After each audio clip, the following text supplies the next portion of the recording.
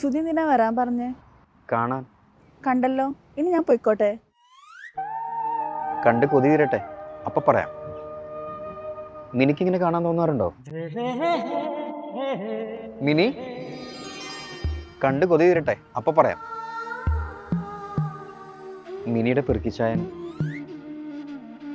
വർക്കിച്ചായൻ അന്ന് എന്നെ കുറച്ചുകൂടെ തല്ലേണ്ടതായിരുന്നു അല്ലേ? അതെന്താ? ആ തല്ലല്ലേ മിനി എന്നിലേക്ക് അടുപ്പിച്ചത്. കൂടുതൽ തല്ല് കിട്ടിയിരുന്നെങ്കിൽ മിനിയുടെ ഇഷ്ടം എനിക്ക് കൂടുതൽ കിട്ടിയേനെ. എനിക്ക് സുധിയെ ആദ്യമേ ഇഷ്ടമായിരുന്നു. പിന്നെ ഞാൻ വിചാരിച്ചു സുധി കുറച്ചുകൂടി തല്ല് കിട്ടട്ടെ എന്ന്. എപ്പോൾ മുതൽ? അന്ന് ആ ബുക്ക് എടുത്തപ്പോൾ മുതൽ. Only love. അങ്ങനെയല്ല Sudhi, love and love only. അന്ന് നമ്മൾ ഒരുപാട് നേരം അറിയാതെ കണ്ണ് ചിമ്മാതെ നോക്കി നിന്നു, ഓർമ്മയുണ്ടോ? ഒരു വട്ടം ഞാൻ കണ്ണ് ചിമ്മിയായിരുന്നു, പക്ഷെ സുധി അത് ഓർക്കുന്നില്ല.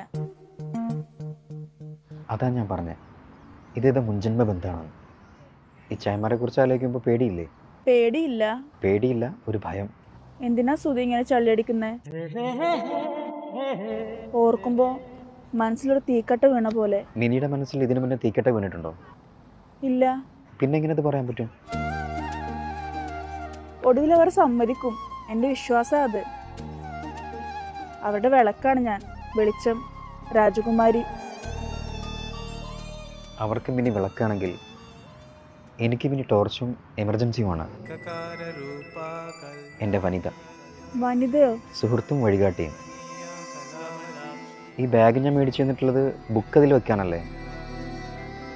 ഇപ്പോഴും മിനി ഈ പിടുത്തം തന്നെയാണോ? ഇതേ ഒരു ചിത്രശലഭം.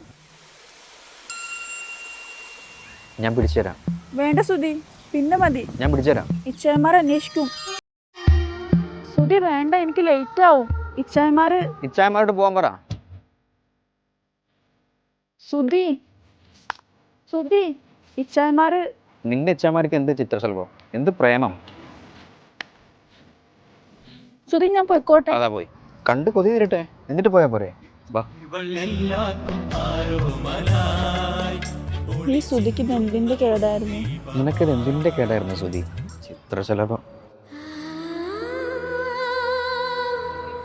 ചിത്രശലഭം നാളെ മതിയോ?